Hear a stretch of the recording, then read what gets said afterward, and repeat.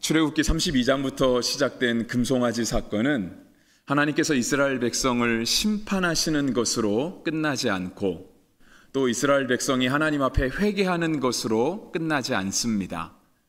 하나님은 이스라엘 백성들과 다시 새롭게 언약을 맺으심으로 금송아지 사건을 마무리하려 하십니다. 그렇습니다. 우리가 하나님과 관계가 어색할 때 또는 범죄함으로 관계가 끊어졌을 때 하나님과 다시 새롭게 시작하는 것은 그냥 시간이 지남으로 끊어졌던 관계가 다시 시작되는 것이 아니라 또는 죗값을 받음으로 해서 하나님과의 관계가 새로워지는 것이 아니라 다시 새롭게 하나님과 약속을 함으로써 하나님과 새로운 출발을 하게 되는 것입니다. 그래서 오늘 설교 제목은 다시 새롭게입니다. 오늘 본문 말씀 10절에서요, 하나님은 모세에게 이와 같이 말씀하십니다. 보라, 내가 언약을 세우나니. 하나님께서 이스라엘 백성들과 다시 언약을 세우시겠다 말씀하십니다. 그 내용은 34장 1절부터 시작이 됩니다. 그래서 하나님께서 모세에게 다시 돌판 둘을 준비하라 말씀하시고요, 모세가 준비해서 돌판을 산에 다시 올라오면 하나님께서 그 돌판에 새롭게 언약을 쓰시겠다라고 말씀하십니다. 그 내용이 1절에 기록이 되어 있는데요, 여호와께서 모세에게 이르시되 너는 돌판 둘을 처음 것과 같이 다듬어 만들라. 내가 깨뜨린 처음 판에 있던 말을 내가 그 판에 쓰리니. 하나님께서 이스라엘 백성들과 새로운 언약을 맺으시고 또 돌판을 다시 씻으겠다라고 하는, 어쩌면 다소 귀찮을 수 있고 하나님으로 하여금 두 번 일하게 만드는 이러한 일들을 하나님께서 다시 행하시겠다라고 말씀하신 것은요, 하나님의 선하심과 인자하심이 있기 때문입니다. 그래서 오늘 본문은 우리가 10절부터 보았지만 1절부터 다시 보는 말씀 중에 6절과 7절을 보시면 이러한 말씀이 있습니다. 여러분은 그냥 눈으로 보시면 좋겠는데요, 귀로 들으시면 좋겠는데 제가 새한글 성경을 읽어드리겠습니다. 여호와께서 그의 앞을 지나가시면서 선포하셨다.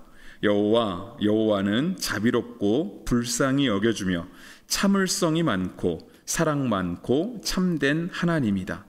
사랑을 수천대에 이르도록 보존하고 잘못과 범죄와 죄악을 용서해 준다. 그러나 잘못을 벌하지 않고 계속 내버려 두지만은 않는다. 아버지의 잘못 때문에 아들 손자 3, 4대에 이르기까지 벌을 내린다. 하나님께서 모세에게 다시 말씀하신 것입니다. 이 말씀은 여기서 처음 말씀하신 것이 아니고요, 이미 출애굽기에서 하나님이 모세에게 밝히신 하나님의 성품입니다. 하나님은 선하시다 말씀하시고 인자하다 말씀하시고요, 오래 참으신다 말씀하시며 사랑이 많으신 하나님이라 말씀하고 계십니다. 하나님의 선하심과 인자하심은 하나님과의 끊어졌던 관계를 다시 새롭게 하는 출발점이 됩니다. 또한 그렇기 때문에 우리의 구원도 하나님의 선하심과 인자하심으로부터 시작합니다. 우리가 하나님께 예배할 수 있는 것도 바로 여기 때문이고요, 우리가 하나님께 기도할 수 있는 것도 바로 이것 때문입니다. 하나님이 선하시기 때문입니다.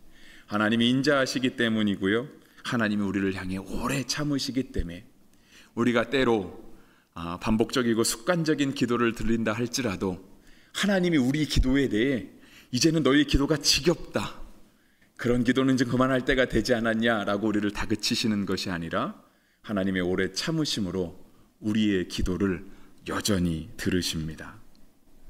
근데 이런 하나님의 성품을 말씀하심에 있어서요, 6절은 이렇게 말씀하시죠. 여호와께서 선포하시되. 그러니까 여호와께서 그의 앞으로 지나시며 모세 앞으로 지나시며 선포하셨다 말씀하십니다. 그러니까 하나님께서 그냥 자기를 소개하신 게 아니에요. 그냥 하나님께서 이제 다시금 계약을 맺어야 되니 처음 만납니다, 만나서 반갑습니다 하면서 하나님이 자기를 소개하시는 것이 아니고요, 하나님께서 하나님은 이러한 하나님이다 라고 이스라엘 백성들에게 선포하시는 거예요. 저는 그래서 하나님의 이러하신 성품이 우리의 삶에도 선포되기를 간절히 바랍니다. 그래야 그 하나님의 선포하심, 이것은 하나님의 지엄하신 명령이잖아요. 그 하나님의 그 선하심과 인자하심, 오래 참으심이 우리 가운데 역사하게 되는 것이죠. 하나님께서 이스라엘 백성들과 다시 새롭게 언약을 맺으신다라고 하는 것에 있어서요, 그 핵심은 하나님 외에 다른 것과는 언약을 맺지 말라 하심입니다. 이것은 우리가 좀 전에 봉독한 12절에도 기록되어 있고요, 15절에도 한 번이 더 기록되어 있습니다. 그런데 그 내용만을 따지면 14절 말씀이 하나님께서 이스라엘 백성과 다시 맺으시는 언약의 핵심이라 말씀드릴 수 있습니다. 14절은 이렇게 말씀하시죠. 너는 다른 신에게 절하지 말라. 그리고 17절도 이렇게 말씀하세요. 너는 신상들을 부어 만들지 말지니라. 하나님께서 이스라엘 백성들과 다시 언약을 세우시는 핵심의 내용은 바로 이것입니다. 다른 신들에게 절하지 말아라. 신상들을 만들지 말아라. 하나님 외에 다른 신을 우리 가운데, 이스라엘 백성 가운데 있게 하지 말아라 라고 주님이 말씀하시는 거예요. 지금 오늘의 본문은 금송아지 사건이 마무리되는 과정이잖아요. 그러니까 다시 언약을 새롭게 함으로 금송아지 사건을 이제는 끝내고 더 이상 이제 우리의 수치와 우리의 부끄러움들은 이제 여기서 딱 일단락 맺고 새롭게 시작하는 과정이기 때문에 오늘 하나님이 말씀하신 이 14절의 말씀, 너는 다른 신에게 절하지 말아라. 17절의 말씀, 신상들을 만들지 말아라 하는 이 하나님의 말씀을요, 지금은 아주 특별한 각오로 잘 지킬 수 있을 것입니다. 왜냐하면 이제 우리의 모든 수치를 여기서 떨궈내는 거잖아요.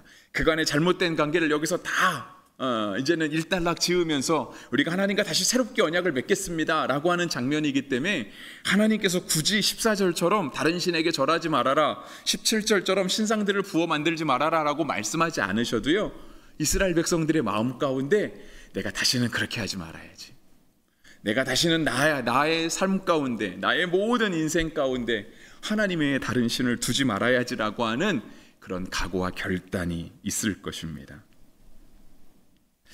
그런데 지금은 그렇지만 상황이 바뀌면 우리는 언제든지 다시 죄의 유혹 가운데 떨어지게 되고요, 또 많은 순간 우리는 죄와 타협하게 됩니다. 그래서 하나님께서 이스라엘 백성들에게 말씀하시는 거예요. 다시 언약을 새롭게 하자고.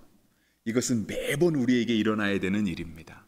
하루하루 하나님께서 우리에게 새로운 하루를 허락하실 때, 매주일 하나님께 예배하며 우리가 예배하고 다시 세상을 향해 나아갈 때 하나님과의 새로운 언약을 다시금 맺고 나아가야 되는 것이죠. 이스라엘 백성들이 이제 다시 마주하게 될 상황은요, 그들이 가나안 땅에 들어가서 그 가나안 원주민들과 함께 살아야 되는 상황입니다. 그래서 하나님께서도 12절에 이렇게 말씀하시는 거예요. 너는 스스로 삼가 내가 들어가는 땅의 주민과 언약을 세우지 말라. 그것이 너희에게 올무가 될까 하노라. 15절에도 이렇게 얘기하시죠. 너는 삼가 그 땅의 주민과 언약을 세우지 말지니 이는 그들이 모든 신을 음란하게 섬기며 그들의 신들에게 제물을 드리고 너를 청하면 내가 그 제물을 먹을까 함이며. 이스라엘 백성들이 하나님이 인도하시는 가나안 땅에 들어가게 되면 일단은 그 땅에 정착해서 살아야 됩니다. 아주 어색한 땅이죠. 빈 땅이면 차라리 좋았을 텐데 처음부터 살아가고 있는 가나안의 7 족속이 있는 거예요. 그들은 이미 그들의 문화를 잃으며 살아가고 있는 거죠. 근데 그렇게 익숙하게 살아가고는 가나안 원주민 가운데 갑자기 이스라엘 백성들이 들어오게 되는 겁니다. 그것도 들어오는 이유와 목적이 그거죠. 여기는 우리 조상들의 땅이라고. 지금은 당신들이 살고 있을지 모르지만 400년 전에 우리 조상 아브라함과 이삭과 야곱이 터전을 이루며 살았던 곳이다 라고 이야기를 하는 거예요. 갈등과 마찰이 있을 수 있잖아요. 그러니까 어쩌면 이스라엘 백성들 가운데요, 그들이 가나안 땅에 들어가서 잘 정착해서 살려면 가나안 원주민들과 잘 지내야 되는 겁니다. 괜한 어색한 관계를 만들 필요가 없고요, 괜한 갈등과 마찰을 불러일으킬 필요가 없는 거예요. 그러니까 그들과 잘 지내기 위해서 서로가 줄 거를 주고 받을 걸 받습니다. 그것이 꼭 돈을 주고 받는 건 아니죠. 서로의 문화를 주고 받는 것 아니겠습니까? 서로 결혼을 통하여서 끈끈한 관계를 맺어가는 거죠. 이제 우리는 한 식구다라고 받아들이게 되는 거예요.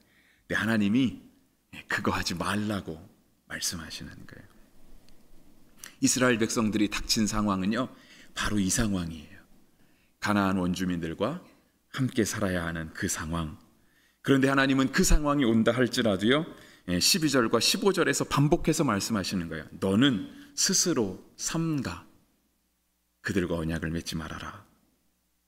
이게 꼭 의도하지 않아도요, 어쩔 수 없이 언약을 맺게 되는 경우가 있습니다. 그래서 어쩔 수 없이 언약을 맺게 된다 할지라도요, 마음 가운데는 그거예요. 내가 어쩔 수 없어서 이렇게 지금 그들과 함께 살아가고 있지만 내가 그들과 화친하나 봐라. 내가 그들과 함께 섞여서 내가 그들과 동화되나 봐라. 나는 하나님 앞에 믿음으로 살아야지라고 하는 결단과 각오를 드릴 수는 있어요.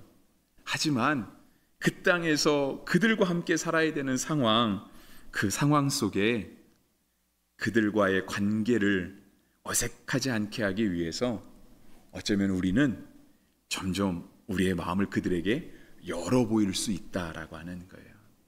왜냐하면 그래야 잘 지낼 수 있으니까. 그리고 그게 마치 이 땅에서 화평해라, 전쟁하지 말고 평화롭게 지내라 라고 하시는 하나님의 뜻으로도 해석될 수도 있습니다. 그러면서 우리가 나중에는 하나님 앞에 도리어 이렇게 따질 수 있을 거예요. 하나님, 이 상황은 우리가 예전에 금송아지를 만들 것과는 전혀 다른 상황입니다. 그때는 우리가 광야에서 하나님 앞에 배신한 거지만 지금은 하나님께서 우리를 인도하신 땅에 우리가 잘 정착하기 위해서, 여기서 생육하고 번성하기 위하여, 여기서 하나님의 백성이 살아남기 위해 우리가 어쩔 수 없이 한 겁니다. 그러니 예전에 금송아지 사건과 똑같이 여기시는 것은 하나님 안 됩니다 라고 도리어 우리가 하나님을 설득하게 되는, 그냥 우리 스스로 그들과 함께 동화되어 살아가는 것, 그들과 함께 언약을 맺어 살아가는 것을 당연시 여길 수 있게 된다라고 하는 거예요. 그런데 15절에도 아까 읽었고요, 16절에도 이것이 올무가 된다는 거예요. 12절 끝에 그랬잖아요. 그것이 너희에게 올무가 될까 하노라. 15절에서는요, 그들이 그들의 신을 음란하게 섬기고 그들에게 제물을 드리고 너를 청하면 너가 그렇게 청함받아 갔는데 그들이 제사 지내는 음식을 안 먹을 재간이 있겠느냐라고 하는 거죠. 16절, 또 내가 그들의 딸들을 내 아들들의 아내를 삼음으로 그들의 딸들이 그들의 신들을 음란하게 섬기며 내 아들에게 그들의 신들을 음란하게 섬기게 할까 함이라. 그래서 우리는 어떠한 상황에도 자신할 수 없습니다. 그러니까 오늘 내 각오가, 오늘 내 하나님 앞에 드린 내 결단이 정말 대단한 것이라고 해서, 오늘 내 의지는 일반 사람들과 다르고 나는 하나님 앞에 정말 굳은 의지를 가졌다라고 해서 스스로 자신할 수는 없습니다. 그것은 자만이고 오만이죠. 그래서 도리어 하나님은 우리로 하여금 13절처럼 하라고 말씀하십니다. 우리 13절 말씀 다시 한번 읽어보겠습니다. 너희는 도리어 그들의 제단을 헐고 그들의 주상을 깨뜨리고 그들의 아세라상을 찍을지어다. 하나님께서 이스라엘 백성에게 명령하시는 건 그거예요. 가면 그 상황이 벌어질 수 있어. 근데 너희가 가서 할 것은 13절에 너희는 도리어 그들의 제단을 헐고 주상을 깨뜨리고 아세라상을 찍을지어다 우리에게 말씀하십니다. 그러고도 우리는 사실상 안심할 수가 없습니다. 왜냐하면 마귀는 늘 우리의 틈을 타고 들어오기 때문에 그렇습니다. 그러니까 우리가 그냥 안심하다 느낄 때, 우리가 이 정도면 충분히 하나님의 말씀을 지켰지, 이 정도면 충분히 이방의 제단들을 헐었고 주상을 깨뜨렸고 아세라상을 다 찍어냈지 라고 안심하는 그 순간에 마귀는 그 틈을 노리고 들어옵니다. 그러면서 우리로 하여금 죄의 무게를 아주 가볍게 만들어버려요. 깃털처럼. 그래서 죄의 무게가 가벼워지면 우리가 죄를 두려워하지 않게 됩니다. 저렇게 가벼운 건데 뭘. 우리로 하여금 아무렇지 않게 받아들이게 하죠. 그리고 시간이 지나다 보면 어느 순간 죄는 처음부터 우리 안에 있었던 것처럼 그냥 우리 안에 자리 잡게 되는 거예요. 그래서 우리는 13절처럼 한다 할지라도요, 결코 안심할 수는 없습니다.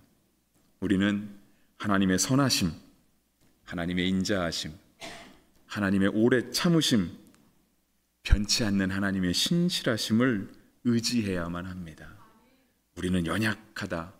우리는 우리 스스로를 자신하며 하나님 저는 괜찮습니다.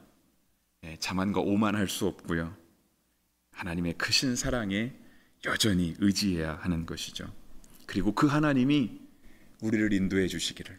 우리가 이제 그 땅에 들어갔으니까 하나님 저 목적지에 다 왔습니다. 하나님의 원래 뜻도 우리가 그 땅에 들어가는 거였지 다른 것 아니지 않으셨습니까? 우리가 이 땅에 들어왔으니 우린 더 이상 하나님의 인도하심이 필요 없습니다라고 말하는 건 자만과 오만이라는 거예요.